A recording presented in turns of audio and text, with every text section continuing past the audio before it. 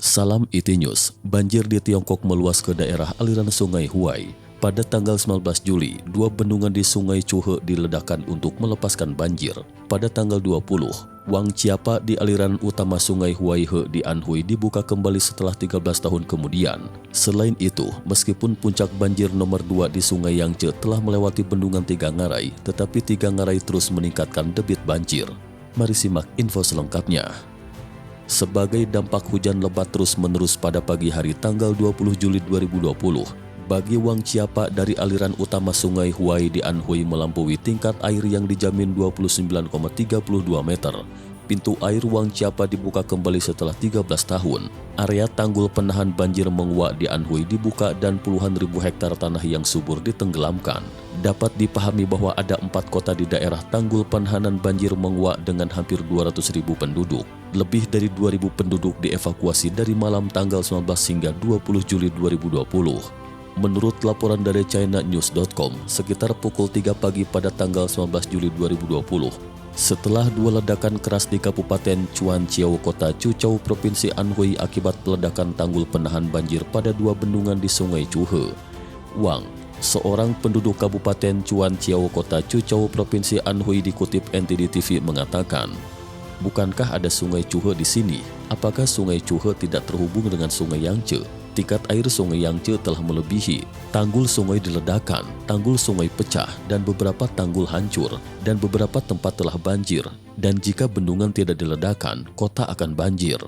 Sungai mengalir ke daerah tanggul penahanan banjir di Huangchao Erwai dan Huangchao Sanwai di tanggul. Banyak rumah telah banjir, peternakan babi sudah terlambat dipindahkan dan babi berenang untuk menyelamatkan diri. Ini adalah dua area tanggul banjir yang dibuka di Anhui setelah sebelumnya pembukaan area tanggul penahanan banjir Tong Tawei. Warga tanpa nama di kota Kuhe, perusahaan Kabupaten Chuanqiao Anhui berkata, "Rumah juga banjir hampir mencapai puncak, pasti ada kerugian seperti barang-barang di rumah, kebutuhan sehari-hari, bahan untuk pebisnis dan barang yang didagangkan." Warga tanpa nama lainnya di Kabupaten Chuanqiao Anhui berkata, "Seluruh rumah terendam banjir. Kami ada di county dan semua kota di bawah ini terendam banjir. Mereka semua terendam banjir parah."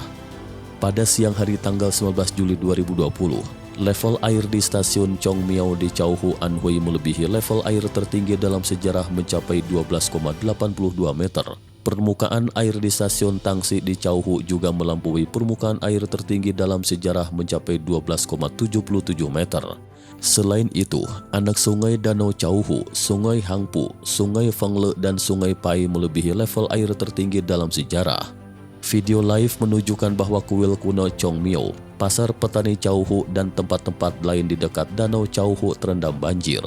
Para pemilik toko di area pemandangan Chaohu Chongmiao mengatakan bahwa air telah membanjiri jalanan di daerah yang indah dan mereka sudah dievakuasi.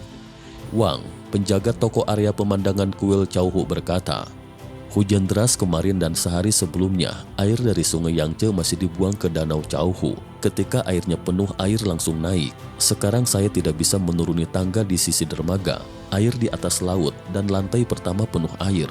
Kemarin ada pemadaman air dan pemadaman listrik. Kami berebutan memindahkan barang-barang. Semua dilakukan dengan perahu. Setelah permukaan air turun, toko kami harus direnovasi." Pada saat yang sama, puncak volume air dari Sungai Yangtze, ketinggian air Waduk Tiga Ngarai melampaui ketinggian air peringatan mencapai 15 meter. Pada pukul 8 malam pada tanggal 19 Juli, arus masuk Waduk Tiga Ngarai adalah 46.000 meter kubik per detik, yang lebih rendah 15.000 meter kubik per detik daripada istilah puncak banjir nomor 2, yang menunjukkan bahwa puncak banjir telah melewati bendungan Tiga Ngarai. Namun demikian, aliran pelepasan Tiga Ngarai telah meningkat dari 33.000 meter kubik per detik pada puncaknya menjadi 40.000 meter kubik per detik. Karena pejabat mengharapkan putaran baru puncak banjir dalam beberapa hari ke depan, Waduk Tiga Ngarai diperintahkan untuk membuang sejumlah kapasitas penyimpanan dalam volume tertentu. Lesui Siching Chang Chunfeng, pakar pengairan, mengatakan, "Itu harus ditingkatkan debit banjir. Dari sudut pandang saat ini harus fokus pada melindungi bendungan Tiga Ngarai. Tidak akan memperhitungkan kondisi lain di hilir. Ini dapat menyebabkan bagian tengah dan hilir dari bendungan Tiga Ngarai membanjiri banyak kota. Siapa yang akan mengkompensasi kerugian ini? Siapa yang dapat mengkompensasi kerugian seperti epidemi saat ini?" Warga pada umumnya meragukan bahwa banjir terus-menerus dari Bendungan Tiga Ngarai telah memperburuk banjir di bagian tengah dan hilir Sungai Yangtze. Chen Kuiya, Wakil Kepala Insinyur Komisi Konservasi Air Sungai Yangtze dari Kementerian Sumber Daya Air Tiongkok, menanggapi pada tanggal 18 Juli dengan mengklaim bahwa Bendungan Tiga Ngarai tidak dapat menaklukkan dunia. Sementara itu, Chang Chunfeng meresponnya dengan mengatakan, "Kuncinya adalah para ahli pemeliharaan air kami. Mereka kurang memahami hal ini. Mereka berpikir bahwa bendungan kita dapat menerima. Tetapi dalam kenyataannya proses yang sebenarnya semakin di luar dari harapan mereka dan semakin di luar dugaan para ilmuwan dalam memahami dan mengantisipasi alam. Kita semakin tidak dapat memahami lingkungan alam di sekitar kita. Ini hanyalah pengingat bagi kita. Ini baru permulaan. Di masa depan kita akan menghadapi lebih banyak masalah lagi." Dipengaruhi oleh meningkatnya debit banjir di Waduk Tiga Ngarai, permukaan air Danau Tongting sudah meninggi selama setengah bulan dan akan terus meningkat. Dalam beberapa hari ke depan, hujan akan melemah di selatan dan sabuk hujan utama akan bergerak ke utara. Selanjutnya akan ada hujan lebat di cekungan Sungai Huai.